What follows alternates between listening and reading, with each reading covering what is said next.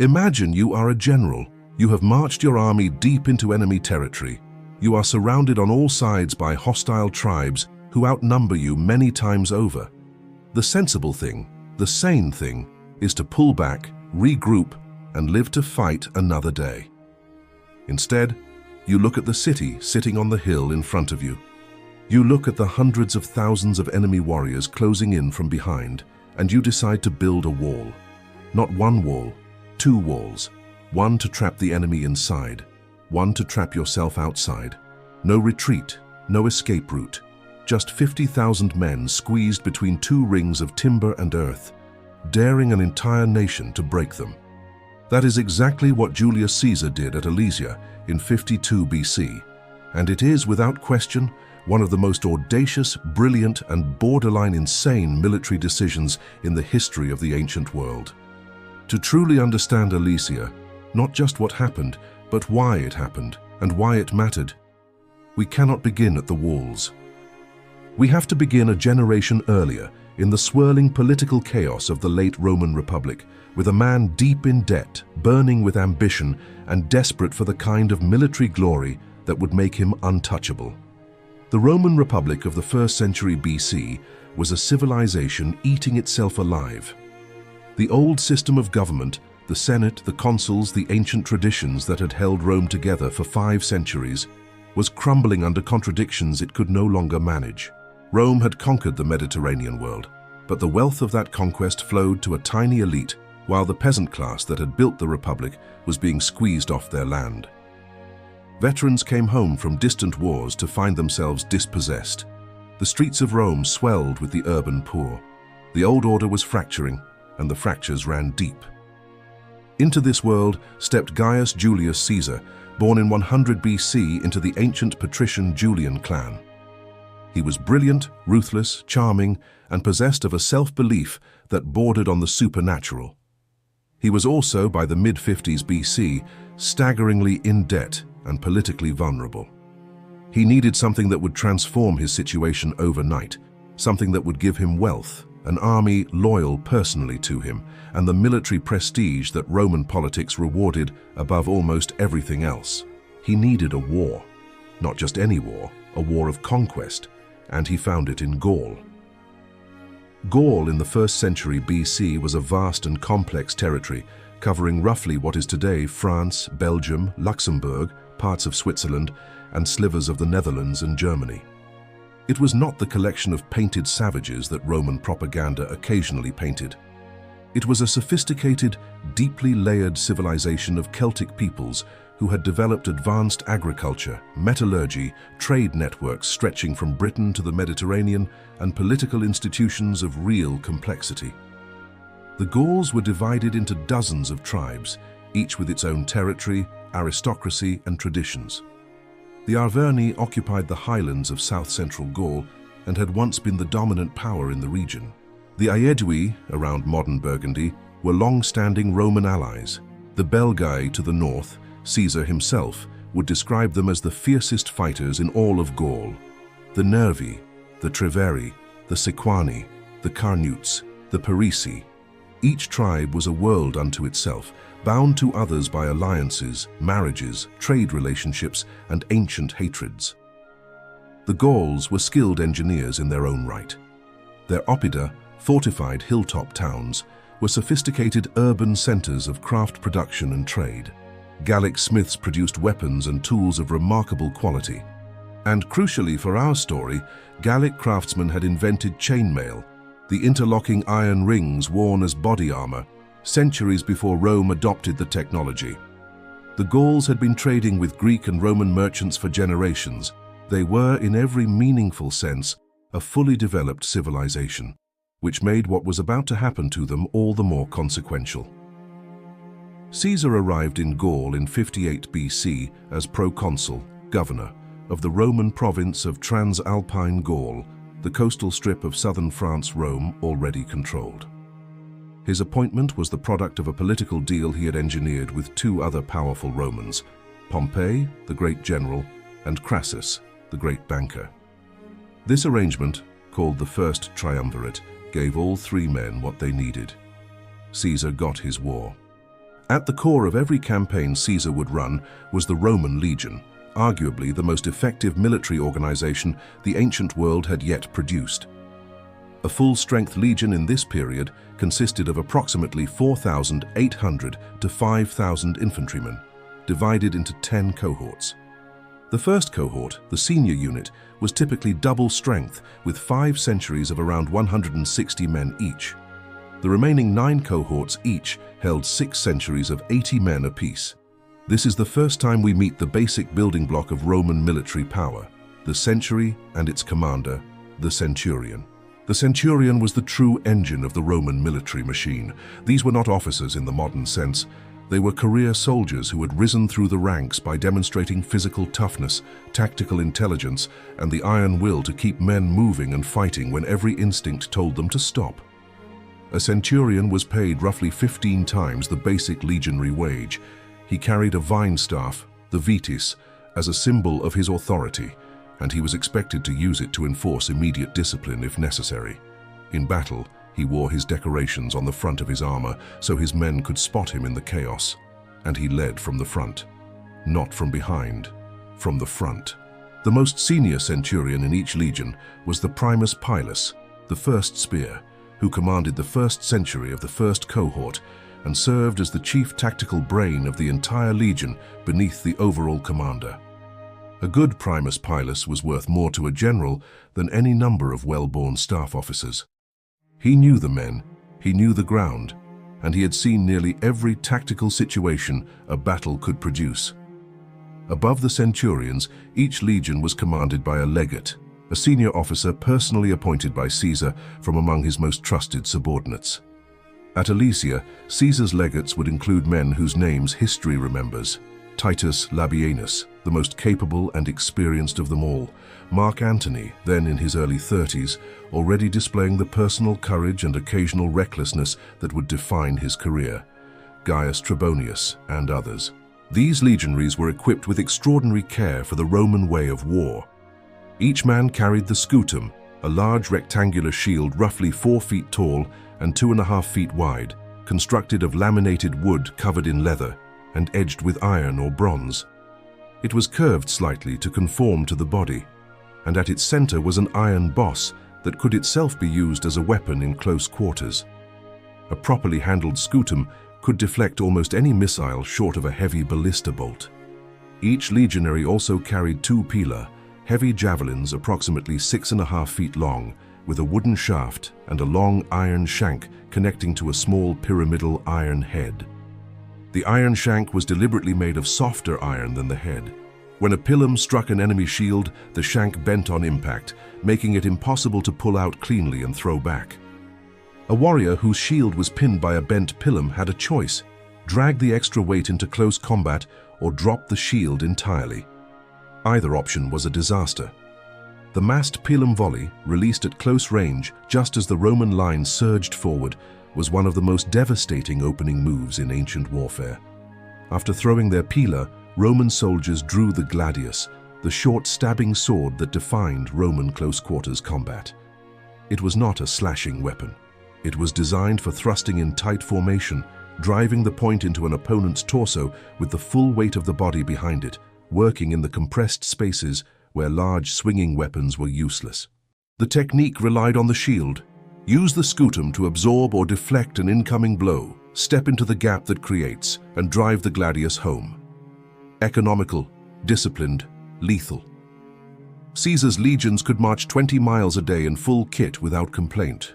They could construct a fully fortified camp, ditches, earthen rampart, wooden palisade, internal streets, every single evening of every campaign, no matter the weather, no matter how tired they were.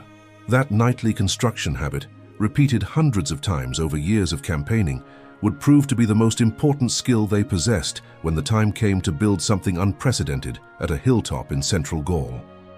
From 58 to 53 BC, Caesar conducted campaigns that are, by any standard, among the most impressive in the history of ancient warfare. He defeated the Helvetii, a Celtic people attempting to migrate westward through Gaul. He drove the Germanic chieftain Ariovistus out of Gallic territory. He subdued the Belgae in a series of brutal winter campaigns. He crossed the Rhine into Germania, twice, as demonstrations of Roman power. He crossed the Channel and invaded Britain, twice. Each campaign was a masterpiece of speed, adaptation, and organizational capacity. But for all his victories, Caesar had not conquered Gaul. He had defeated many tribes, forced others into alliance or submission, and extended Roman authority. But Gaul was not a single enemy. It was a mosaic of peoples, and every time Caesar turned his back, another threat flared behind him. The Gauls were watching, they were learning, and they were beginning to understand that the only way to resist Rome was together. The revolt that would lead to Alesia began not with a battle, but with a massacre. In January of 52 BC, warriors of the Carnutes tribe killed Roman merchants. It was a signal, it was a call to arms, and it was heard across Gaul. The man who answered that call was Vercingetorix, son of Celtillus of the Arverni. His name meant King of Great Warriors. He was young, brilliant, and burning with a hatred of Roman power that was both deeply personal and fiercely patriotic. His father had allegedly been put to death by the Arvernian nobility for attempting to seize supreme power. Vercingetorix carried that legacy everywhere. He began his revolt by being driven out of his own tribal capital, Gergovia, by aristocrats who feared him. But exile did not stop him. He raised an army among the rural people of the Arverni. Men who had nothing to lose returned to Gergovia with force, and the aristocrats reconsidered.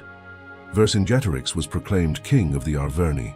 From that moment, events moved with terrifying speed. Tribe after tribe received his envoys and joined the revolt.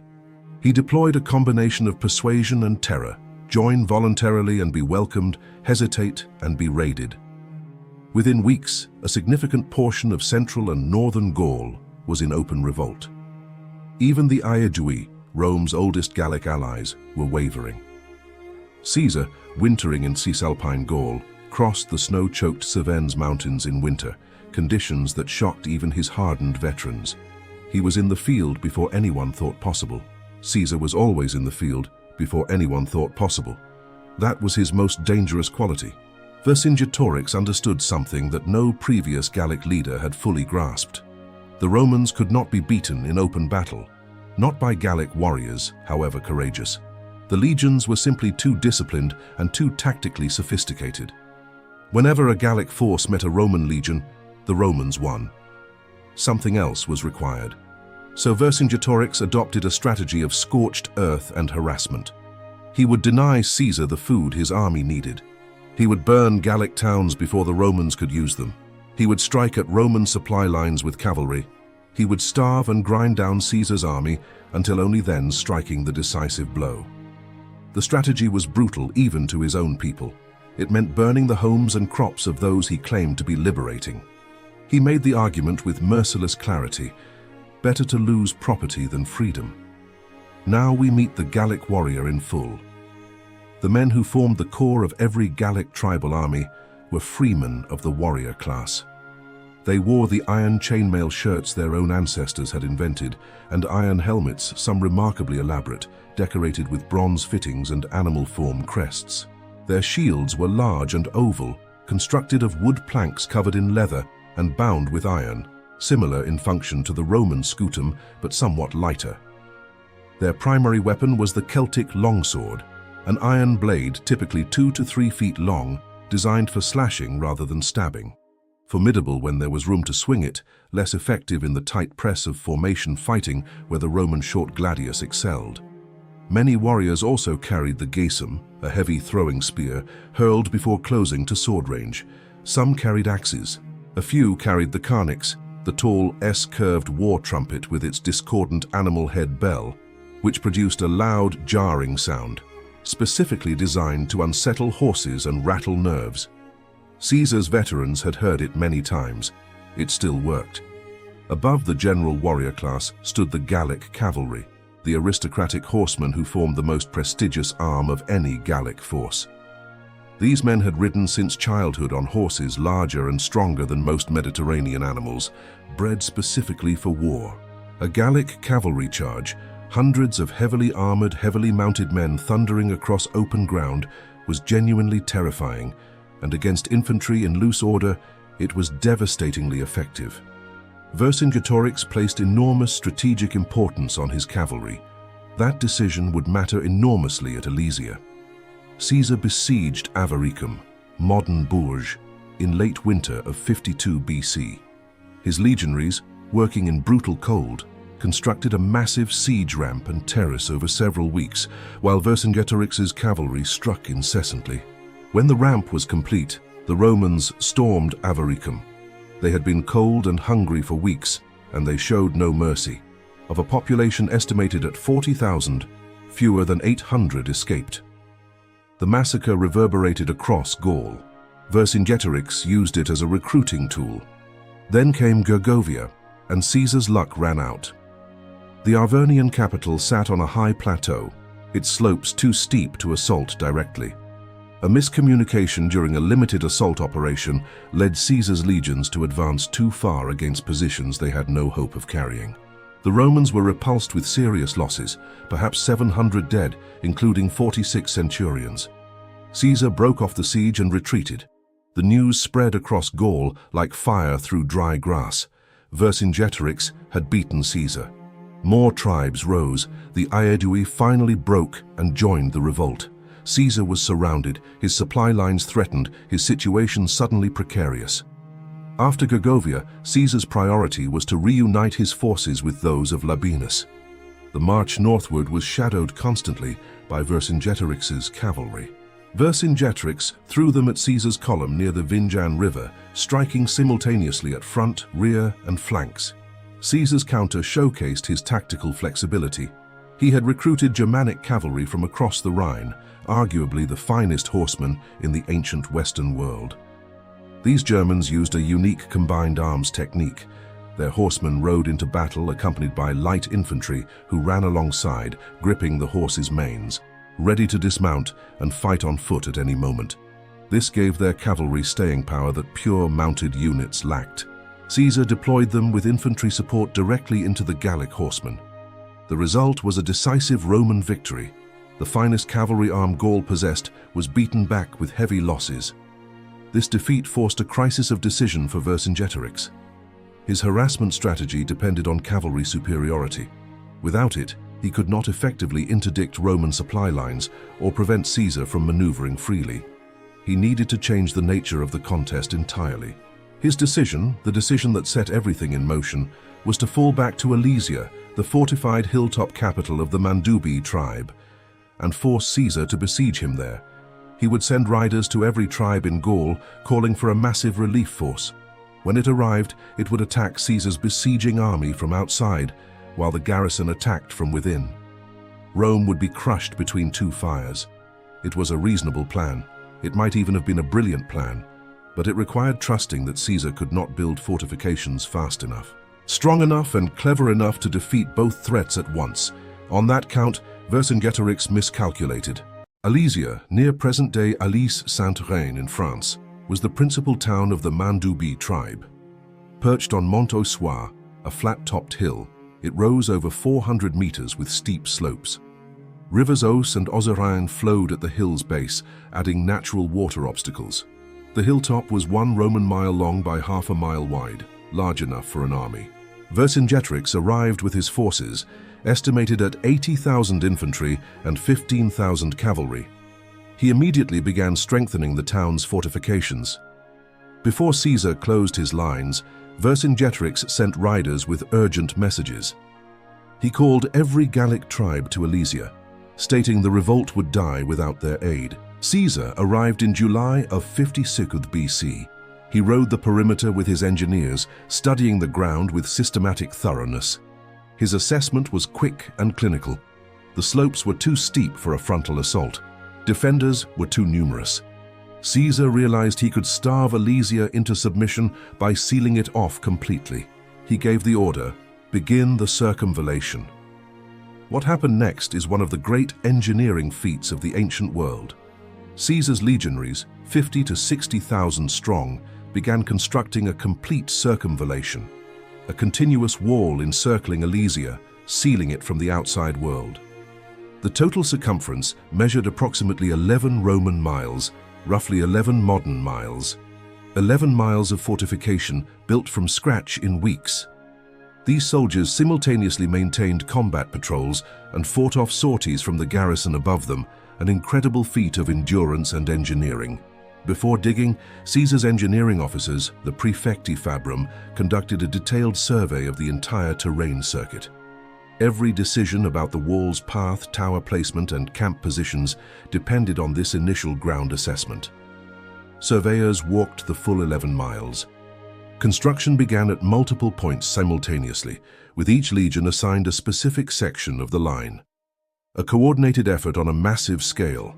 The outermost element was a pair of parallel ditches.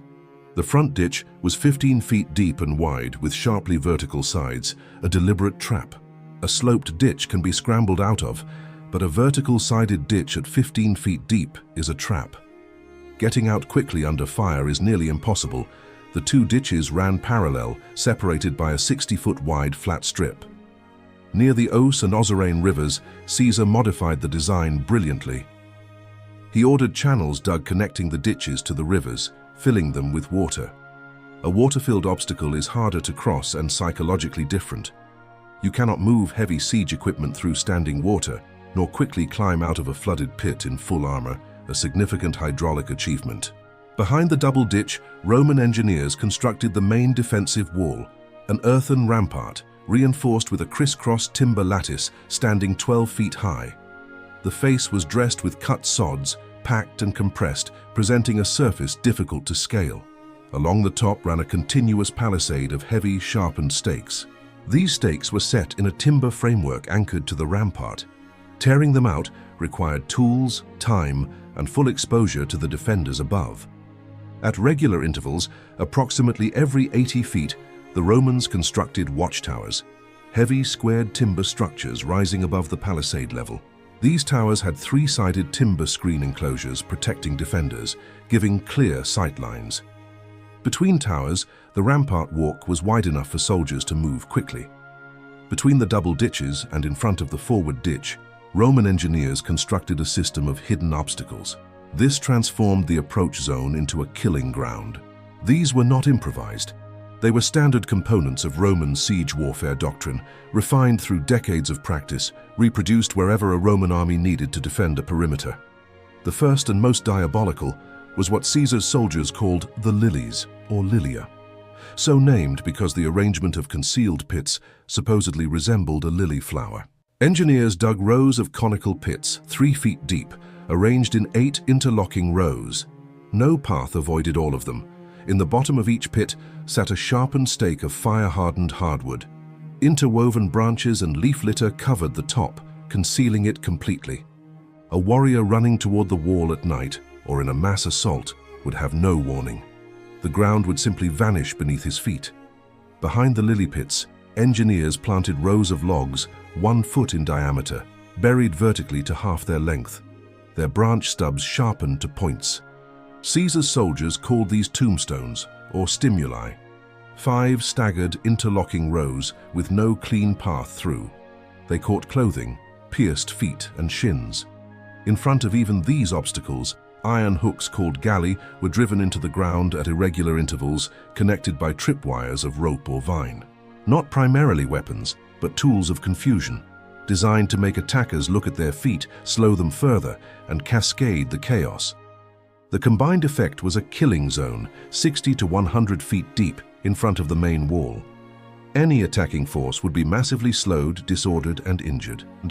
At 23 specific points along the 11 miles of circumvallation, the Romans constructed full-scale fortified camps, integrated directly into the wall line. These were permanent installations, serving as defensive strongpoints, supply depots, troop reserves, and rallying points in case of a breakthrough. Each camp was positioned at a point of specific tactical importance. The largest were at the northern end, where the ground was most broken and the wall less uniform. The Gauls inside Alesia did not watch the wall go up without responding. Vercingetorix ordered sorties. These raids from town gates aimed to disrupt Roman work parties and slow construction. Gallic archers with composite bows reached Roman work parties up to 200 meters away. Caesar assigned dedicated protection forces. cavalry patrolled the ground between the hill and construction. Infantry cohorts were deployed in fighting formation within supporting distance of the work parties. The sorties were repeatedly beaten back. Gallic warriors met Roman legionaries waiting for them. The sorties cost more in Gallic casualties than they achieved in disruption. Caesar pressed construction relentlessly, legions working in shifts around the clock. In roughly 3 weeks, the 11-mile circumvallation was complete. Alesia was sealed. With the wall complete, Vercingetorix made a dark decision: expulsion of all who could not fight. Old men, women, children, the sick, the Mandubi people were driven out of their town. They were driven across the plain toward Roman lines, begging for food, shelter, mercy. Caesar refused to let them through. His reasoning was coldly military. Feeding them would deplete his supplies. Housing them would consume resources. The Mandubi were left in the strip of ground between the town and the Roman wall. The silence of the record is more awful than any description could be. At what point does military necessity become moral failure? A question that haunted ancient writers. Caesar wrote about this episode without apparent regret. Could a commander today make the same decision? Before the last gap was sealed, Vercingetorix sent riders out of Alesia under darkness. These messengers carried urgent dispatches to every tribe in Gaul: come to Alesia. A council of Gallic chieftains convened and agreed. Caesar's scouts picked up fragments.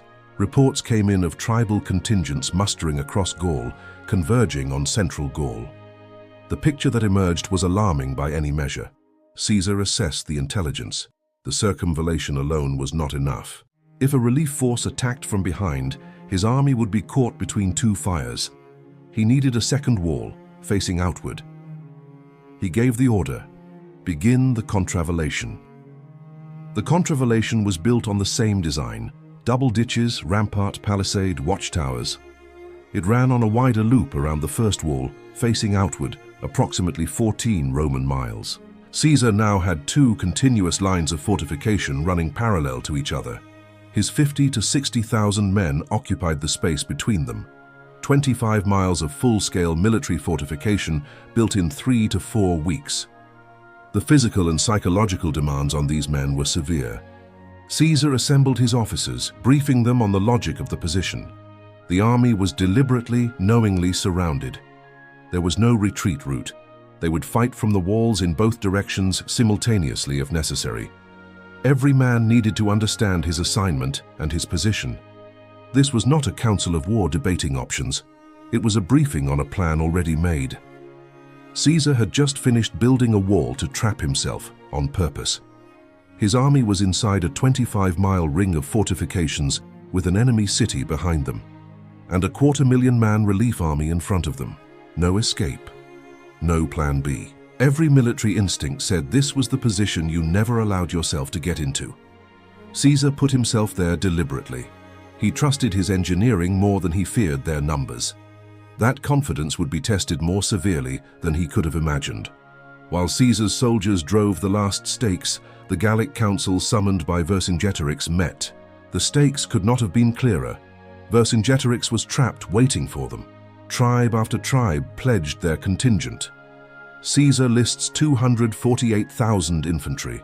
Modern historians debate these figures, but the relief force was very large.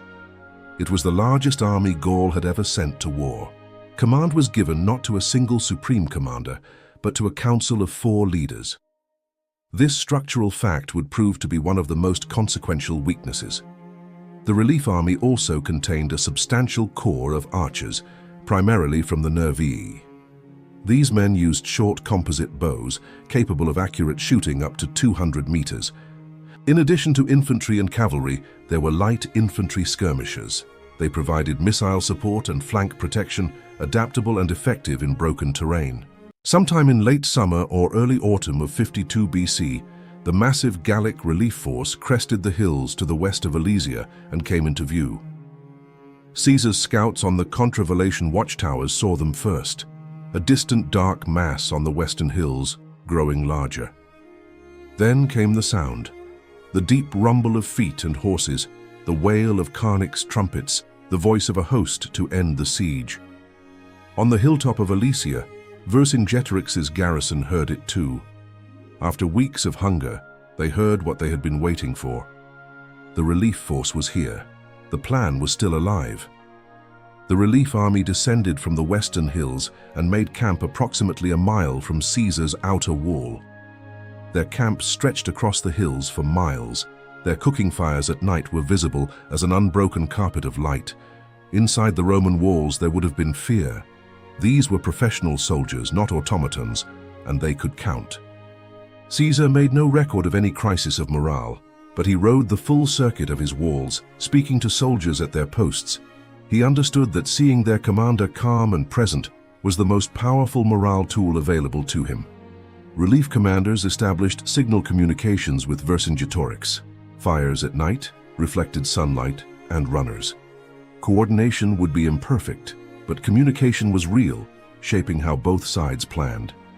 The relief army's first offensive move, a massive cavalry charge across the plain aimed at Caesar's outer wall. This was a probe, a test of Roman defenses, an attempt to disrupt, and a display of strength for the garrison. Thousands of Gallic horsemen swept down from the western hills, accompanied by archers and light infantry. Caesar deployed his own cavalry through gaps in the outer wall, Germanic mercenaries and allied Gallic horsemen. Infantry cohorts manned the rampart to support them. The collision on the plain lasted most of the day. For a time, the outcome was genuinely uncertain. The Gallic cavalry outnumbered Caesar's horse and pressed hard. But whenever the Gallic horsemen pressed too close to the wall, volleys of pila from the infantry on the rampart drove them back. The turning point came when Caesar committed his Germanic cavalry in a concentrated thrust at the flank of the Gallic horsemen. The accompanying German light infantry piled in simultaneously. The Gallic cavalry, caught in flank, broke. The pursuit was savage. Roman and Germanic cavalry rode down the fleeing Gallic horsemen for miles. The archers and light infantry who had accompanied the charge, caught in the open, were run down and killed almost to a man. When the dust settled, the relief army had lost a very large portion of its cavalry effectiveness in a single afternoon. The most mobile and dangerous arm of the Gallic force had been badly damaged before the real battle had even begun. While the cavalry battle raged on the plain, Vercingetorix watched from the hilltop and acted. He ordered a sortie against the inner wall. Using garrison infantry equipped with siege tools, grappling hooks, scaling ladders, and fascines for filling ditches. The warriors advanced down the hill toward the double ditch and obstacle belt with fascine carriers in front. It did not work as planned. The lily pit system was more extensive than the garrison's observers had been able to map. The obstacle belt broke up the cohesion of the assault parties before they even reached the first ditch. Roman defenders on the inner wall threw their stacked javelins in steady volleys, while slingers added their lead bullets to the barrage. The Balearic slingers Caesar employed deserve particular attention here, recruited from the islands off the coast of modern Spain. These specialists wielded a weapon whose lethality is chronically underestimated. A trained slinger could hurl a cast lead bullet. Almond-shaped, slightly larger than a golf ball, at ranges exceeding 400 feet, with accuracy sufficient to hit individual targets. The kinetic energy was substantial. Ancient medical texts describe sling bullets penetrating iron helmets, smashing bones, and driving deep into flesh. Some lead bullets recovered from Alesian excavations are inscribed with taunting messages, Caesar's name, unit numbers, simple phrases. The sortie was eventually driven back without achieving a breach, but it taught Vercingetorix important things about the obstacle belt. After the cavalry defeat and unsuccessful probing attacks, the Gallic relief commanders held council. They had identified the two key facts about Caesar's fortifications. The walls were strong, and the obstacle belts were the critical problem. Their solution was night, attack in darkness, when Roman archers and slingers could not aim accurately. When the discipline and cohesion that gave the legions their edge in daylight might be partially neutralized. The plan was a simultaneous two-front attack, the relief army assaulting the outer wall from outside, while Vercingetorix launched his heaviest sortie yet against the inner wall from within. For the first time, both fires of Caesar's double trap would be stoked at the same moment. Around midnight, the relief army moved. Signal fires went up on the western hills. Inside Alesia, the garrison saw them and Vercingetorix gave the order. His warriors, carrying fascines, scaling ladders, grappling hooks, streamed out of the town gates and down the hill. Simultaneously on the plain, hundreds of thousands of Gallic warriors advanced toward the outer wall in the dark. The noise woke Roman sentries almost instantly. Caesar had prepared for exactly this scenario. Fire signals and buccina trumpet calls ran along both walls within moments of the first alarm. Every soldier was at his post within minutes, the payoff for weeks of disciplined drill. No confusion, no scramble for weapons. Every man knew where to go and went there. Caesar rode to his primary command observation point, a carefully chosen high ground position, from which he could see the critical sections of both walls simultaneously and began receiving situation reports. On the outer wall, the first wave of Gallic attackers hit the obstacle belt in the darkness. The results were exactly what the Roman engineers had designed them to be. Men running at speed stumbled into the tripwire system. Warriors who recovered their footing stepped into the concealed lily pits, dropping onto fire-hardened stakes, screaming. The neat formations in which the Gallic columns had advanced dissolved almost immediately into a shouting, tangled mass of men, fighting the ground itself rather than the enemy above them. The darkness that the Gallic commanders hoped would help them actually made the obstacle belt worse to navigate. In daylight, a man could at least see the slightly different texture of concealed pit covers. And pick a careful path. In total darkness, every step is a gamble. The Roman defenders could not see clearly, but they did not need to aim precisely. They threw their javelins into the mass of noise and movement below. Archers shot at the sounds of Carnics' trumpets and screaming. Slingers launched lead bullets in volleys into the darkness. The obstacle belt had turned a synchronized assault into a milling crowd, and into that crowd the Roman defenders poured everything they had. On the inner wall, Vercingetorix's sortie was having somewhat more success. The garrison had prepared more carefully this time, with larger numbers of fascine carriers going forward. In several places, this preparation worked well enough that scaling ladders reached the wall face. Iron grappling hooks caught on the palisade in multiple sections simultaneously. Gallic warriors threw their weight back on the ropes, trying to tear the stakes free. Roman defenders engaged in a literal tug-of-war with the men below, trying to pull hooks loose or cut the ropes. In a few places, individual stakes came free and gaps appeared, not breaches, but weaknesses. These had to be instantly reinforced by soldiers crowding into those sections, plugging gaps with their own bodies while repairs were made. This went on for several hours. Centurions in battered chainmail, gladi drawn, were everywhere along the wall, shouting orders, physically placing men where they were needed, killing anyone who reached the top of the rampart. Eventually, without achieving a breach on either wall, both attacks were called off. The relief army's trumpets sounded withdrawal. Vercingetorix recalled his men through the gates. When dawn came, the ground in front of both walls was littered with Gallic dead and abandoned equipment. Caesar's walls stood intact. After the failure of the night attack, the Gallic relief commanders needed either a different approach or a better place to attack. Their scouts began a systematic reconnaissance of Caesar's outer wall, looking for any structural weakness. They found their target on the northern side of the perimeter. Here the ground rose sharply from the plain to a prominent hill, called the Mons Rea in Caesar's account. The outer wall had to follow a steep and broken slope. The terrain was simply too abrupt and irregular for a perfectly continuous wall in the Roman manner. Caesar's engineers had been forced to make concessions. The wall line is somewhat higher from its base. The obstacle belt in some sections was thinner, and the camps on this hill were positioned on less favorable ground. More importantly, the hill provided an avenue of approach that offered partial cover. Attackers moving up the slope would be masked from direct fire by the hillside itself for much of their advance. Unlike the flat western plain, where a man was visible and exposed from the moment he left camp. The commanders brought this intelligence to the council. A plan took shape. They would send a large force, Caesar says 60,000 warriors under Vercassivellaunus, to move under cover of darkness, to a concealed position behind the northern hill. This force would rest through the day, hidden from Roman observation, and attack over the hill at a prearranged signal. At the same moment, the main body would launch a full assault across the western plain, fixing Caesar's attention and reserves at the western wall.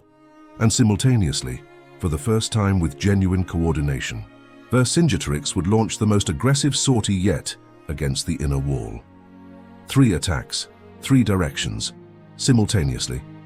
The idea was to stretch Caesar's 25 miles of wall to breaking point, forcing him to fight on every front, so that he could not strip men from any section to reinforce another without leaving that section dangerously undermanned. It was, on paper, a sound plan, and it very nearly worked. The night before the second major assault, Vercassivelaunus led his 60,000 warriors quietly out of the main relief camp. They moved without torches, without trumpets, without the noise a normal Gallic army on the march would produce. They threaded their way around the end of Caesar's outer wall in the darkness and took position in the valleys. On the far side of the northern hill, hidden from any Roman observation post by the mass of the hill itself, there they ate what food they had, rested, and waited for the signal. At the same time, Vercingetorix was briefing his garrison commanders on the most ambitious sortie of the entire siege. Every man who could still walk and still lift a weapon would go out. Alesia's craftsmen had spent weeks manufacturing improved siege equipment, heavier grappling hooks, stronger scaling ladders, longer poles for tearing at the palisade, improved fascine bundles designed to cover more approach surface per carrier. The assault on the inner wall would be systematic and total, not a probe, but an all-out attempt to breach, in as many places as possible simultaneously. When dawn came the next day, the western plain in front of Caesar's outer wall appeared quiet. Too quiet.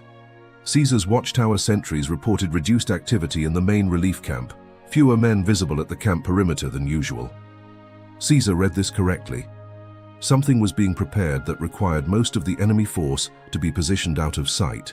He put his sector commanders on maximum alert, tightened the watch rotation, and moved additional cavalry reserves. At midday, the relief army moved across the entire western plain in multiple columns advancing simultaneously. Along a front of several miles, the Gallic infantry advanced towards Caesar's outer wall. The sight from the rampart was staggering. Rank after rank of warriors, stretching from horizon to horizon, moving at a steady walk that would break into a run. As they approached the obstacle belt, the Carnix trumpets screamed across the plain. The collective war cry of hundreds of thousands of voices hit the Roman ramparts like a physical force. Caesar's wall commanders ordered the legionaries to their positions. Every man who was not already on the rampart ran to his assigned section. Javelins were lifted from their racks. Archers knocked arrows.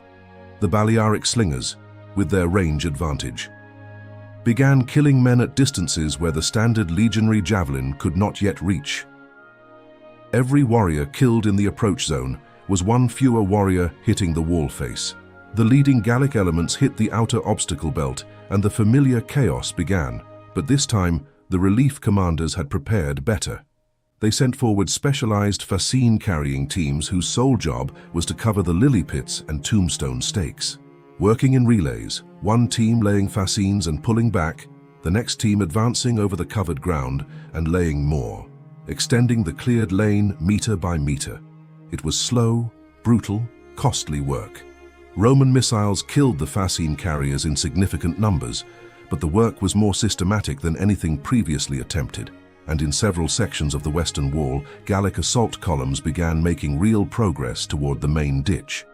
At the main ditch itself, the fighting became a grinding contest of will. Gallic warriors hurled fascines and brushwood bundles into the ditch, trying to raise the bottom level enough for ladders. To reach the far side and the rampart above, Roman defenders poured everything they had onto the men at the ditch edge. Javelins, stones, burning pitch. Men fell into the ditch on both sides. In several sections, the ditch was partially filled. Ladders were going up. Roman soldiers were using their scooter as shields against incoming missiles, while simultaneously trying to push back ladder tops with their feet. This was the moment when the centurions proved their worth. Men tire. Men flinch. Men look at the number of enemies below them and experience a perfectly rational desire to step back. A centurion who was himself climbing onto the parapet, personally pushing back a ladder, personally killing the first warrior. To reach the top made retreat for the men around him unthinkable. Simultaneously, inside Alesia, Vercingetorix led his garrison out of the gates in the heaviest sortie of the siege. Men fighting on starvation rations, weakened by weeks of reduced food, driven forward by the knowledge that this was their last chance. These warriors threw themselves at the inner wall with a ferocity born of desperation. The improved fascine and hook system worked better than previous attempts. Grappling hooks caught on the palisade in dozens of places. Gallic warriors threw their weight on the ropes in organized teams, tearing at the wall systematically. In several places the palisade took serious damage, stakes coming free, sections of the timber facing collapsing. The defenders on the inner wall were stretched to their absolute limit, fighting simultaneously in multiple crisis points. While the western wall battle raged at its most intense, while Caesar's attention and reserves were drawn to the multiple crisis points. Developing on the outer wall's western face, Vercassivellaunus received his signal from the plain below and led his 60,000 warriors over the crest of the northern hill. The timing was nearly perfect. Caesar's northern camp, the weakest point on the outer wall, had been partially stripped of men. The assault came from a direction the defenders were oriented away from. Warriors poured over the hill from behind the northern camp's rampart. The attack was overwhelming. 60,000 warriors against only 2 or 3 cohorts defending that sector. The northern camp's defenders fought with extraordinary courage. With no retreat, the inner circumvallation was behind them. They stood on their rampart, killing Gallic warriors until it was piled with bodies. The warriors kept coming. Reports reached Caesar from his northern camp commander. The position was in danger of being overrun. Caesar made 2 rapid decisions. He sent Gaius Fabius with 7 cohorts to reinforce the western wall. He sent Titus Labienus with 6 cohorts to the northern camp with a simple order: hold the position at all costs. Labienus took his 6 cohorts north at a run, moving along the interior of the contravallation, the direct route. He arrived at the northern camp as defenders were breaking. The wall was breached and Gallic warriors were on the rampart. Labienus's fresh troops changed the calculus. The breach was sealed, Gauls pushed back, and defense stabilized. But Labienus sent a message to Caesar. He could not hold indefinitely. He needed more men or permission to sortie. Caesar sent back, "Sortie, take 11 cohorts and all available cavalry, go at them in the open." This is the moment that decided the battle. Caesar gave Labienus permission to abandon defense and attack against 60,000 warriors with 11 cohorts and cavalry.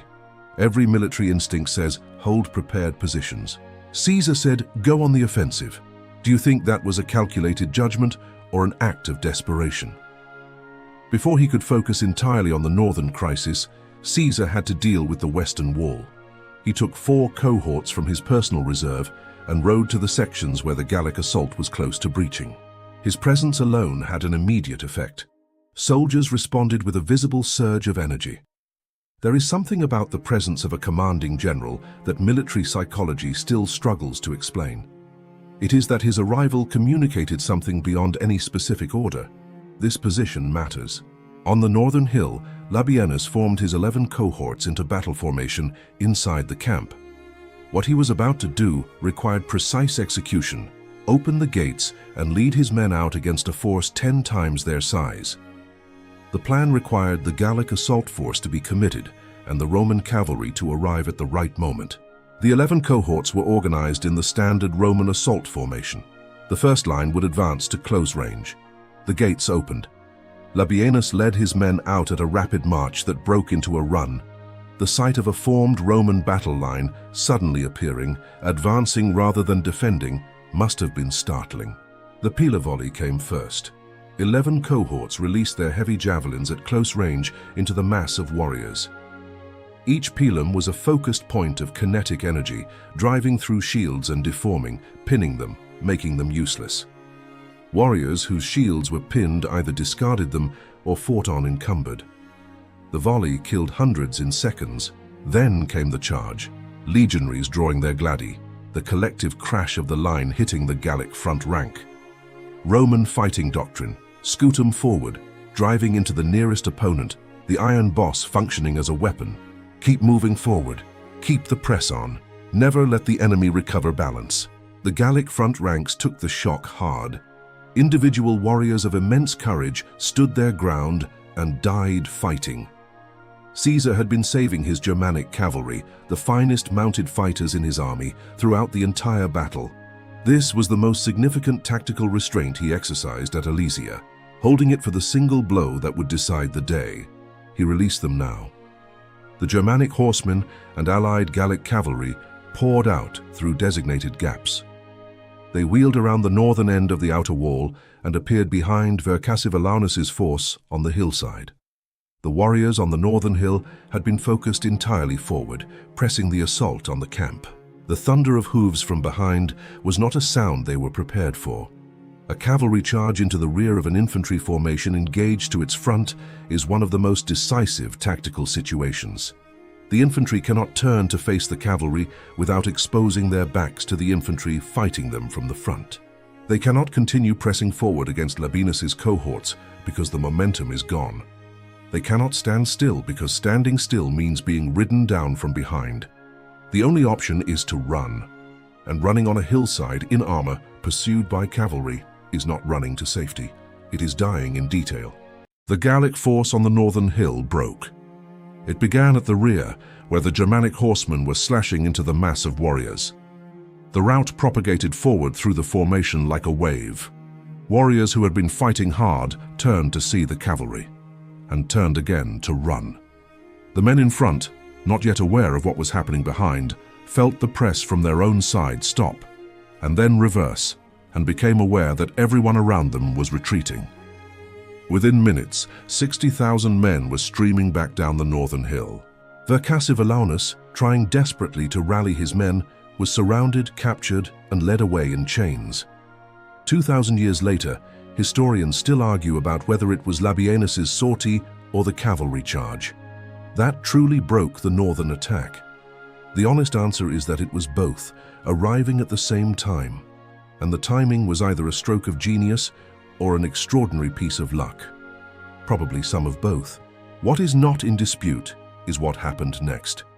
When 60,000 warriors broke and ran on the northern hill, every other Gallic soldier on every other section of the battle could see it. And what they saw was not just a defeat. It was the signal that the plan had failed. Armies that know their plan has failed stop fighting, and this one stopped. The rout on the northern hill was visible across the entire battlefield. From the western plain, warriors pressing hard against the outer wall could see the dust and the flight on the hill to their left. They could hear the changed quality of the noise. They could see the glitter of Roman cavalry cutting through the retreating mass. Caesar, on the western wall, read the situation instantly. He ordered the general offensive. His cavalry poured out of the contravallation gaps on the western face simultaneously. His legionaries, who had been defending passively for hours, received the order to advance. They went over their own walls, and into the Gallic assault force that was suddenly no longer assaulting. The western attack had already been wavering before the northern collapse. The sheer quantity of Roman missile fire, the stubborn rampart defense, the failure to achieve a clean breach despite enormous effort. All of this had been degrading Gallic confidence throughout the afternoon. The northern collapse finished it.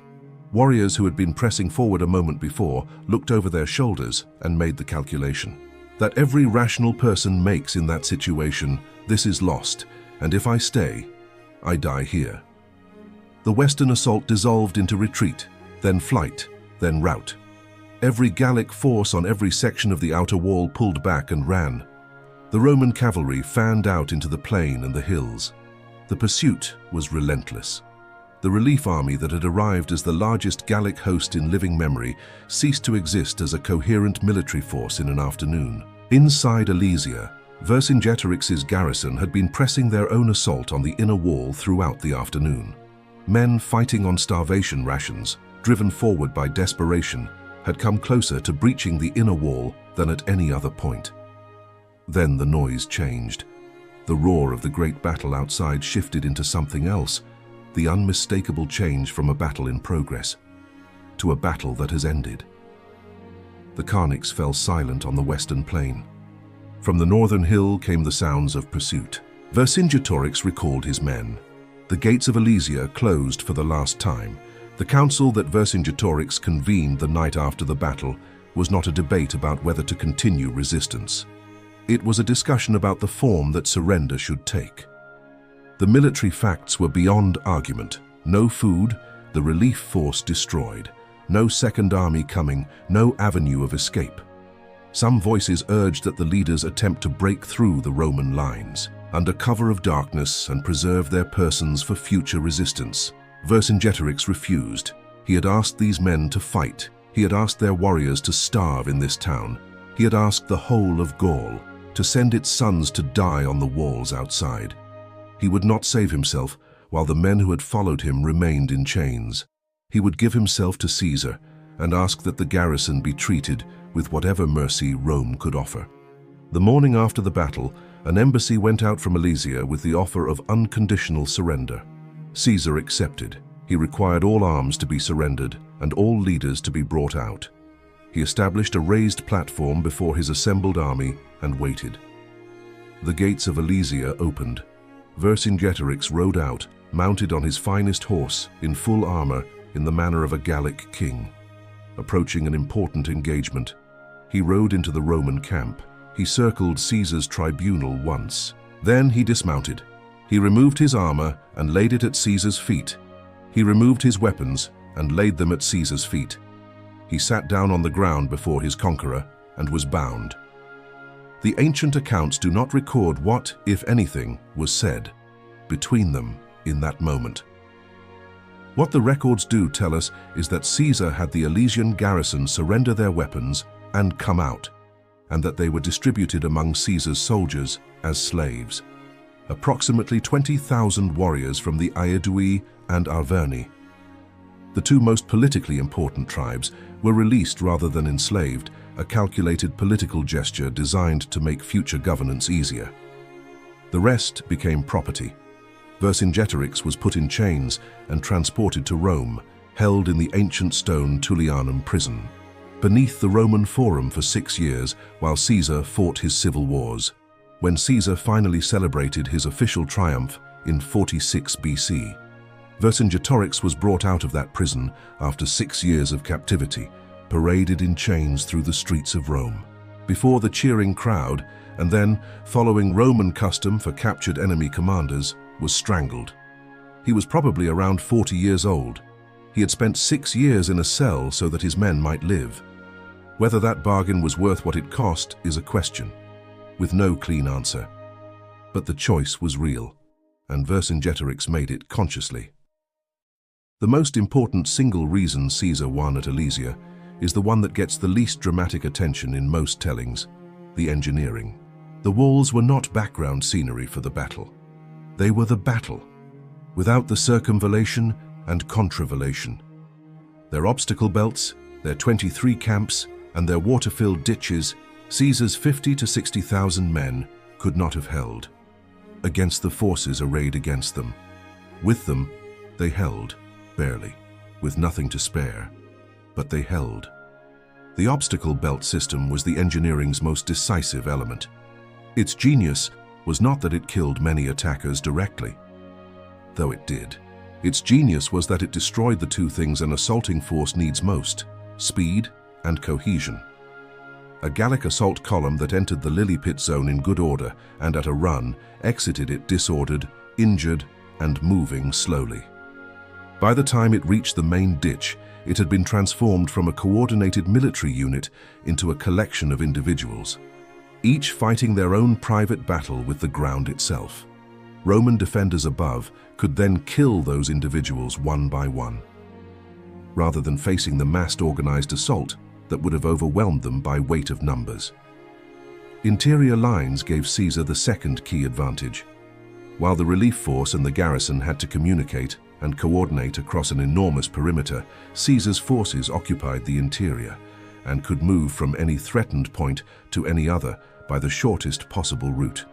When the northern camp was threatened, Labienus's reinforcing cohorts traveled from the southern sectors to the northern camp by moving inside the contravallation, the direct route, taking minutes rather than the hours it would have taken to travel around the outside of the circuit. when the moment came to release the Germanic cavalry. Behind Vercassivillonus's force, the movement closed the trap before the trapped force could react. The second major reason for Rome's victory was command and control. Caesar's distributed command system, legates commanding major sectors with broad authority, centurions making moment-to-moment tactical decisions at century level, could process information and respond to multiple simultaneous crises. In a way, the Gallic council structure simply could not match. Consider what happened in the decisive phase. Caesar was simultaneously managing the Western Wall crisis, receiving reports from Labienus, releasing his cavalry reserve, and maintaining a personal presence on the fighting wall. He was receiving fragmentary, imperfect information under enormous stress and making correct decisions faster than the enemy could respond. This was not luck. It was the product of years of command experience and a military system designed to put the right information in front of the commander at the right time. The Gallic relief commanders, by contrast, were operating through a council, requiring agreement among 4 leaders of equal authority before major decisions could be made. Every piece of the plan that required tight coordination between separate forces arrived slightly out of phase. The garrison's sortie was not perfectly synchronized with the relief army's assault. The cavalry that might have exploited any breach in the outer wall had been destroyed on day 1. In a battle against Caesar's engineering, slightly out of phase was enough. It is important to say clearly, the relief force did not fail because the Gauls lacked courage, motivation, or numbers. They had overwhelming numbers. They had genuine courage. Warriors who crossed obstacle belts under fire, who climbed Roman walls in the dark, who pressed assaults for hours under conditions that should have broken any force not fighting for something they cared about deeply. What they lacked was the instrument. The Gallic tribal coalition was not designed for the kind of warfare that attacking Roman fortifications required. Against prepared positions with multiple interlocking obstacle systems, individual courage is necessary but not sufficient. What is additionally required is the ability to coordinate closely among different types of forces across an extended front, with timing precise enough to prevent defenders from massing against each element in turn. The 4-commander council structure made that kind of coordination nearly impossible. The surrender of Alesia effectively ended organized large-scale resistance to Roman rule in Gaul. Caesar spent much of 51 BC reducing the remaining holdouts. The last significant episode of organized resistance was the siege of Uxellodunum, a hilltop stronghold in southwestern Gaul, where a remnant force made a final stand. Caesar solved the water problem by engineering underground drains that diverted the fortress's spring supply. When the garrison surrendered, Caesar ordered the hands of every man who had borne arms to be cut off, and the survivors released to wander through Gaul as living demonstrations of what continued resistance cost. By the end of 51 BC, the conquest was complete. Gaul was Rome's. The human cost of the Gallic wars is staggering, even accounting for ancient exaggeration. Ancient sources suggest approximately 1 million Gauls killed and another million enslaved across 8 years of campaign. Even at a fraction of those numbers, the demographic impact was catastrophic. Caesar received a substantial share of the slave sale proceeds, helping finance both the continuation of the campaign and his subsequent political activities in Rome. For Caesar personally, Alesia was the capstone that changed his situation absolutely. Before Gaul, he was a brilliant but debt-ridden politician with military ability and dangerous ambitions.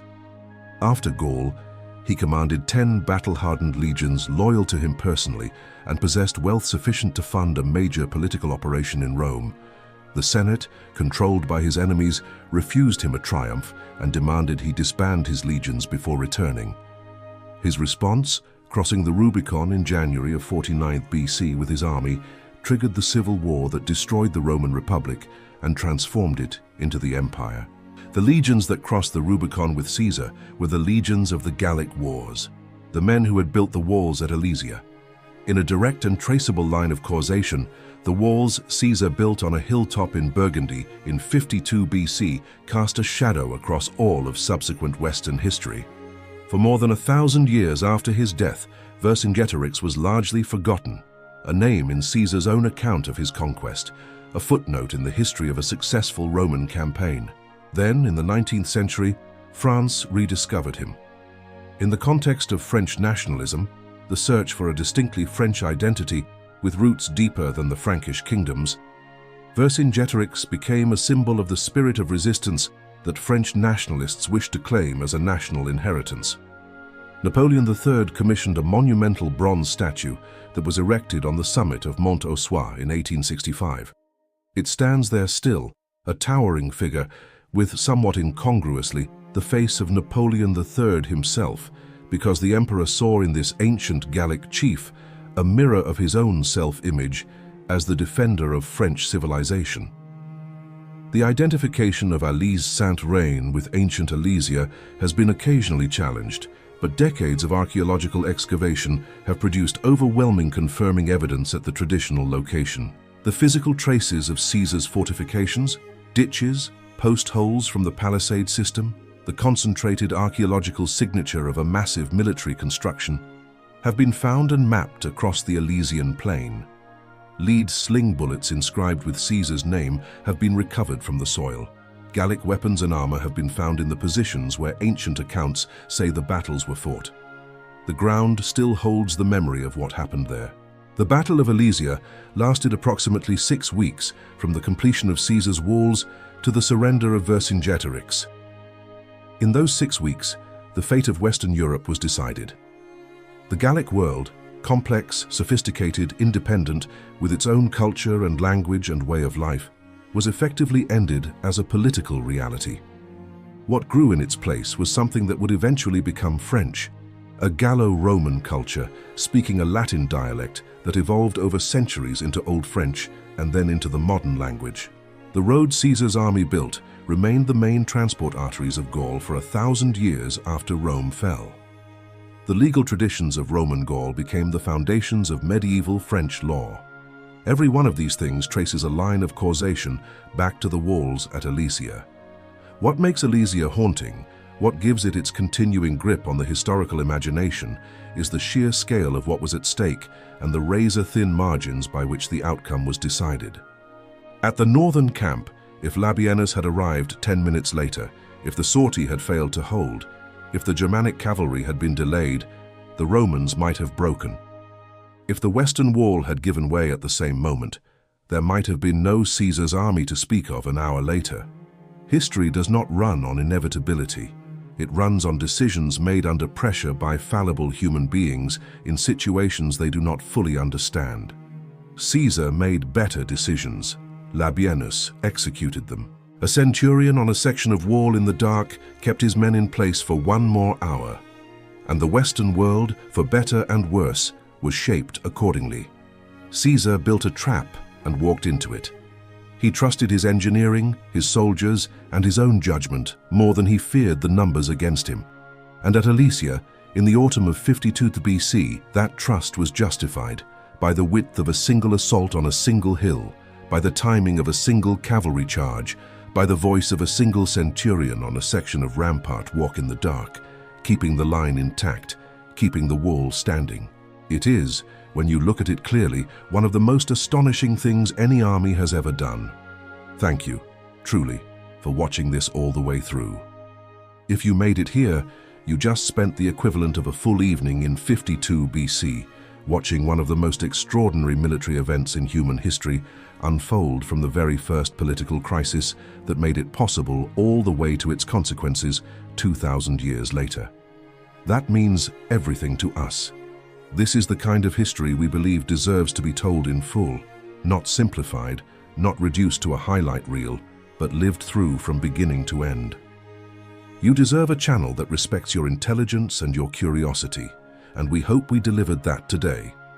If the Battle of Alesia gripped you the way it grips us, please share this with someone who loves history, who loves military strategy, or who simply wants to understand how the ancient world became the world we live in now. Every share genuinely helps us keep making content at this level of depth. And if you have not subscribed yet, now is the time. Hit that button. We make these for people exactly like you, and we do not want you to miss what is coming next. The Gallic Wars did not end at Alesia. Next time, we follow the brutal mopping-up campaigns of 51 BC, the last stands of a people who would not quit, the siege of Uxellodunum, and the extraordinary question of what happened to Gallic culture in the centuries after the conquest. It is, in many ways, an even more haunting story than the conquest itself. Until then, keep asking why. Keep wanting to know what happened, how it happened, and what it means. That is what history is for. Cheers.